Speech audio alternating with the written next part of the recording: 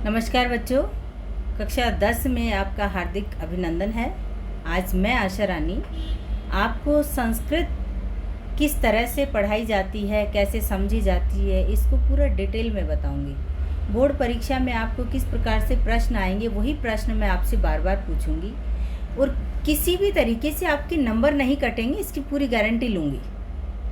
आपने ऐसे कभी नहीं पढ़ा होगा। आप मुझे कमेंट बॉक्स में ज़रूर बताएंगे कि आपको मेरे से पढ़ना कैसा लगा, तभी मैं आपको आगे पढ़ाऊंगी। 20 साल का मेरा अनुभव है, मुझे पता है कि बच्चे ने कहाँ गलत करना है, वो सारी चीज़ें मुझे मालूम है। उसी अनुभव के साथ आपसे छोटे छोटे प्रश्न बनाकर पूछती जाऊंगी और आपको उसी तरीके से सारा याद रखना है कि मैंने किस किस तरीके से चीज़ों को समझना है। बस इस चीज़ का आप ध्यान रखेंगे कि आपने हर चीज़ को बहुत बारीकी से समझना है। अब पाठ 1 हम पढ़ रहे हैं आज।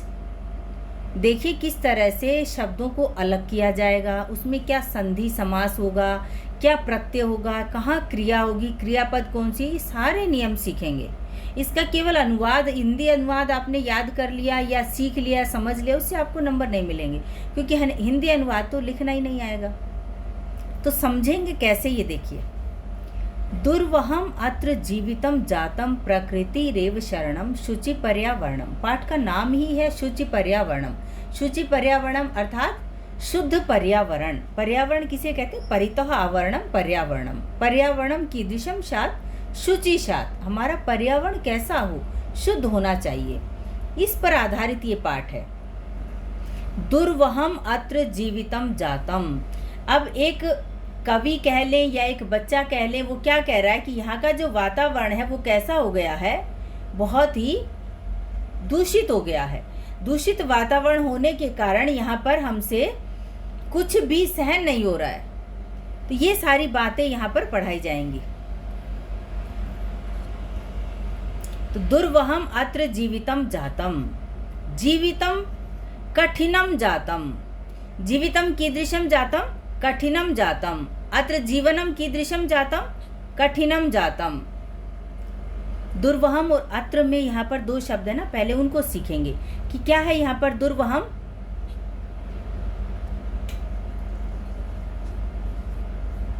दुर्वहम प्लस अत्र।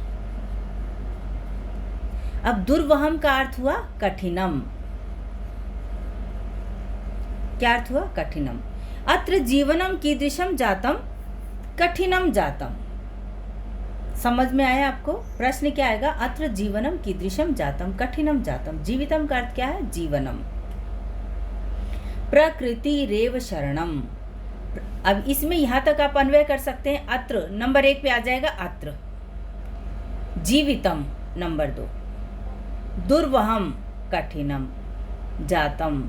आपको अन्वय भरना भी आएगा, तो इस लाइन में आपको अन्वय छोटा, अब पूरा अन्वय रटने लगेंगे तो आपको लगेगा ये बड़ा मुश्किल काम है। अब इतने से में ही आपने देख लिया कि हमने अन्वय का अर्थ क्या होता है कि क्रमबद्ध तरीके से हम शब्दों को रखें, कि हमने किस शब्द को पहले लिया, किसको हमने बाद में लिया, तो उसी प्रकार उसी क्रम में हम शब्दों को रखते चले जाएंगे।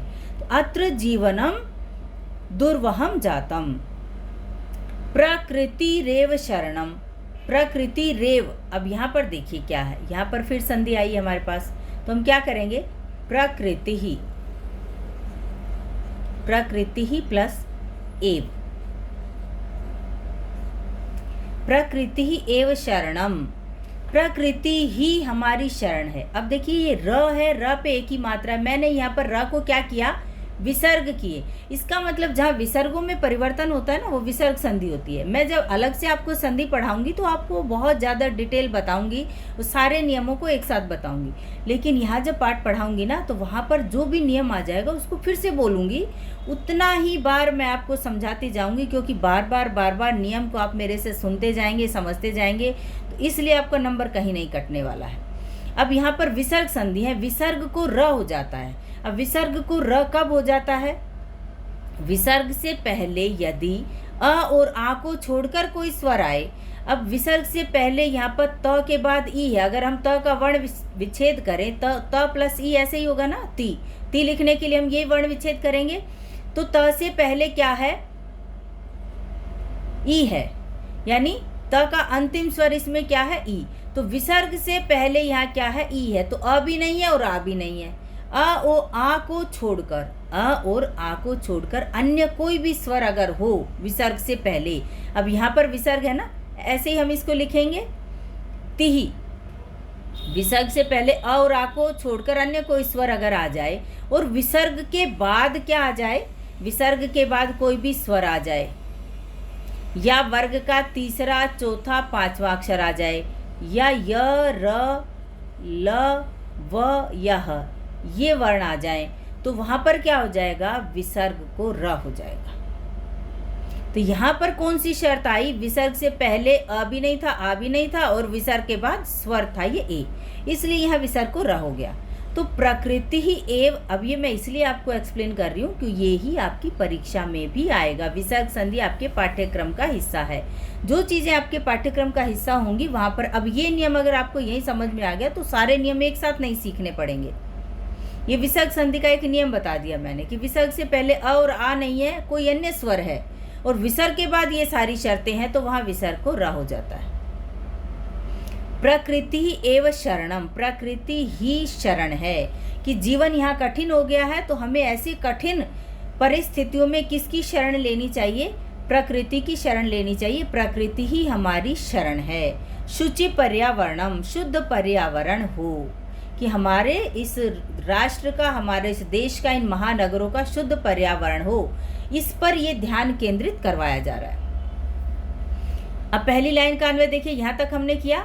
अब वातावरणम कीदृशम स्यात्, तो वातावरणम शुचि स्यात्, हमारा वातावरण कैसा हो, शुद्ध हो। तो अस्मिन् परिस्थितौ, अस्याम परिस्थितौ, इस परिस्थिति में अस्माकं शरणम किम, हमारी शरण क्या है, प्रकृति ही एव, प्रकृति ही हमारी शरण है। तो ये अन्वय हो जाएगा क्या, प्रकृति ही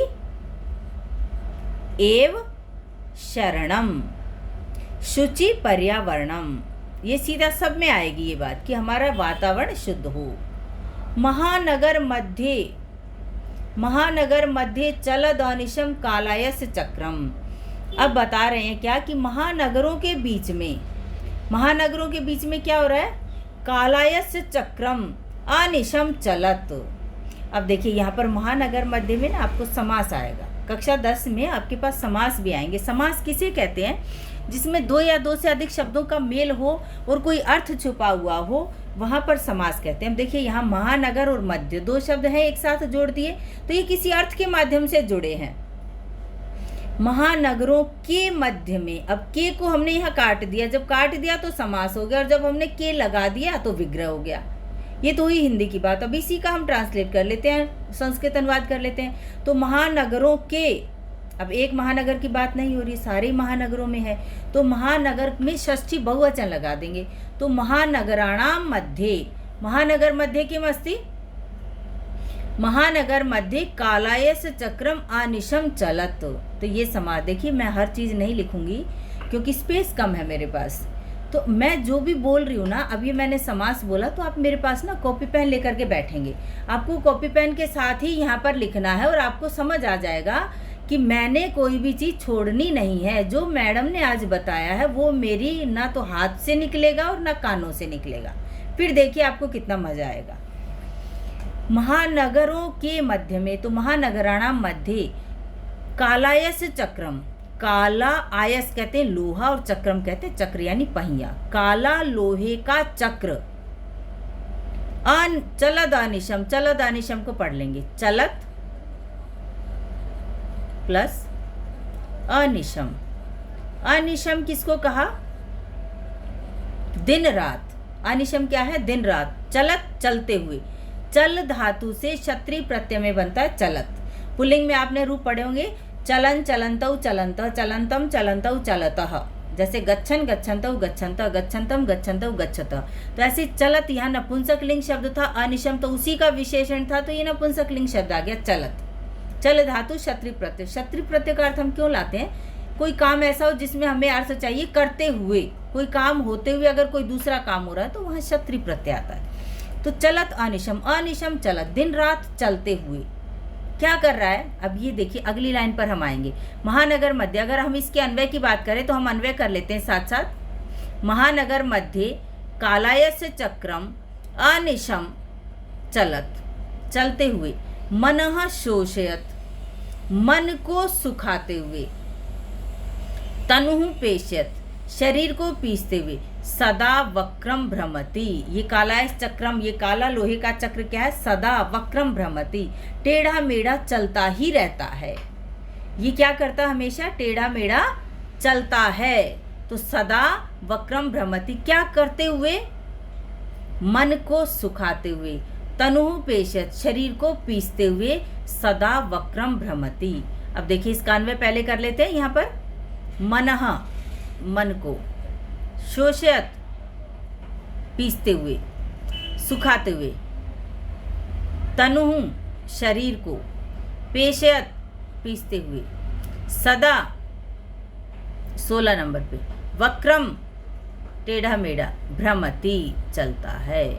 अब मैं ना छोटे छोटे प्रश्न पूछूंगी। अब इसमें एक और बहुत खास चीज़ है जो मैं आपको बता देती हूँ। देखिए मेरे को 20 सालों से ये अनुभव है कि मुझे ये पता है कि बच्चे ना कहाँ क्या गलत करते हैं। तो यहाँ पर जो सबसे बड़ी गलती करते हैं ना बच्चे, इस मनः शब्द रूप में करते हैं। ये प्रश्न निर्माण के लिए ना परीक्षा में आता भी जरूर है, क्योंकि हम टीचर्स ही, हमें पता है कि बच्चे को कौन सी चीज़ पता होनी चाहिए, उसने वो पता लगाया या नहीं। कुछ ऐसे प्रश्न होते हैं 5 या 7 नंबर के, जिससे ये पता चलता है कि बच्चे ने कितना पढ़ा है। इसलिए 100 में से 100 नंबर लेने वाला बच्चा वही होता है जो एक भी चीज़ को अपनी आंखों के आगे से नहीं जाने देता है। आप भी उस 100 में से ही एक हैं जिसके 100 में से 100 आएंगे। तो मनः शब्द नपुंसक लिंग है। अब बच्चे गलत क्या कर देते? मनः को देख करके प्रश्न निर्माण में कहा बना दिया, तस्य को देख करके, रामस्य को देख करके कस्य बना दिया। वहां तक ठीक है, लेकिन मनः शब्द आपको पता ही नहीं होगा कि नपुंसक लिंग है। तो आपने जैसे प्रश्न निर्माण में कहा बनाया, वैसे ही आपका नंबर 0 हो गया। तो बार बार मैं इसको आपको सर्कल करके बता रही हूँ कि मनः शब्द नपुंसक लिंग है, तो प्रश्न निर्माण में नपुंसक लिंग का ही रूप बनेगा किम। जब भी प्रश्न निर्माण आ जाएगा तो मनः को देख करके आपने क्या बनाना है? किम। किम शोषयत, मनः शोषयत, किम पेशयत, तनुः पेशयत, सदा कीदृशम भ्रमति, तो सदा वक्रम भ्रमति। वक्रम किम भ्रमति? कालायस चक्रम भ्रमति। कुत्र भ्रमति? महानगर मध्ये भ्रमति। कदा भ्रमति? अनिशम भ्रमति। अब बताइए, इससे बाहर अब कोई प्रश्न हो ही नहीं सकता है। जब भी कोई स्थान आता है ना, तो हम उसके लिए कुत्र प्रश्न फ्रेम करते हैं कि कालायस चक्रम कुत्र भ्रमति। कुत्र का मतलब कहाँ, कहाँ का मतलब आपको स्थान का नाम देना है। अब कहाँ घूमता है? तो महानगर मध्ये। एक पदेन उत्तरत हो गया। किम कुर्वन् भ्रमति। अब ये प्रश्न एक पद में नहीं हो सकता है, क्योंकि आप इसमें सारा दिखेंगे कि मनः शोष्य तनुः पेश्यत सदा वक्रम भ्रमति, सदा टेढ़ा मेढ़ा चलता है। यहाँ तक आपको सब समझ में आ गया। दुर्दांतैर दशनैरमुना, देखिए यहाँ पर संधि क्या है? दुर्दांतै, दुर्दांतैहि प्लस दशनै। अब ये जो र दिखाई दे रहा है ना आपको, ये र कौन सा है? ये र विसर्गों को हुआ है, इसलिए मैंने ये दोनों शब्द यहाँ पर अलग अलग किए, और इनको अलग किए बिना आप गलत कर देंगे। दोनों में तृतीय विभक्ति है, दशनई और दुर्दांतई। दशनई का अर्थ दांतों के द्वारा, तो कीदृशई दशनई, तो दुर्दांतई दशनई। दुर्दांत कहते भयंकर, विकराल, दांतों के द्वारा।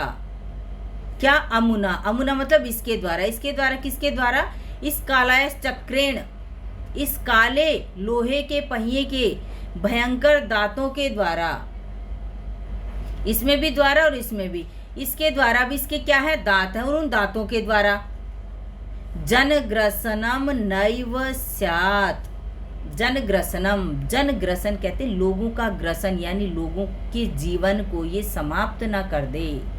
अब इस पर्यावरण के दूषित होने से आपको पता ही है कि बहुत सारी बीमारियां फैल रही हैं, तो इसीलिए उसने उसी अर्थ में इसको लिया कि जनग्रसनम नैव स्यात्। नैव स्यात्, स्यात् नैव को आपने न एव स्यात् ऐसे पढ़ना। अब संधि क्या हो जाएगी इसमें? संधि देख लेते हैं। स्यात् प्लस न प्लस एव। एव ये रहा, अ और ए मिलकर के क्या बन गया? आई। वृद्धि संधि है, 9वीं कक्षा में आपने पढ़ी होगी। अ प्लस ए आई हो जाता है। अब ये त को न क्यों हुआ? अब ये वही संधि का नियम आ गया।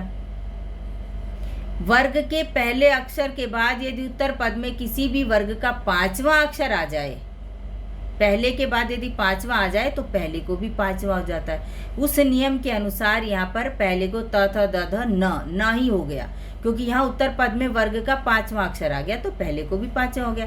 तो हमने क्या बना दिया, स्या न और एव मिला तो नयु बना, तो स्यान नयु। अब स्यात कहाँ बनता आपको याद है, स्यात कहाँ बनेगा, अस धातु का विधिलिंग रूप बनता है स्यात। अस धातु का विधिलिंग क्या होता है, स्यात स्याताम स्युः स्याह स्यातम स्यात श्याम स्याव श्याम हो जाए, तो नैव स्यात न हो जाए, तो लोगों का ग्रसन न हो जाए, कि लोगों का जीवन समाप्त न हो जाए, इसलिए यहाँ पर शुचि पर्यावरणम, शुद्ध पर्यावरण में शरण ली जाए, कि हमारा पर्यावरण क्या हो, शुद्ध हो। ठीक है। अब इसके बाद हम आगे क्या पढ़ेंगे, अगले श्लोक में पढ़ेंगे कि किस प्रकार से और क्या क्या समस्याएं हमारे पास यहाँ पर हैं। आपने पहला श्लोक पढ़ा, इसी प्रकार से मैं आपको इस तरीके से, इस माध्यम से पढ़ाऊंगी कि आपका नंबर कहीं भी नहीं कटना चाहिए, न कटेगा। अगर आपको मेरा वीडियो पसंद आया हो तो आप इसको सब्सक्राइब जरूर करें, क्योंकि उसके बाद ही मैं आपको आगे पढ़ाऊंगी।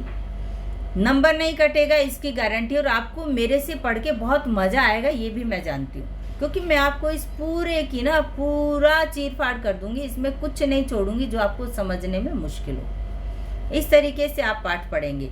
अब अगले वीडियो में मैं आपको दूसरा और तीसरा श्लोक पढ़ाऊंगी। तो आपको मेरा वीडियो कैसा लगा ये आपने मुझे ज़रूर बताना है, और इस तरीके से हम पाठ को पढ़ेंगे।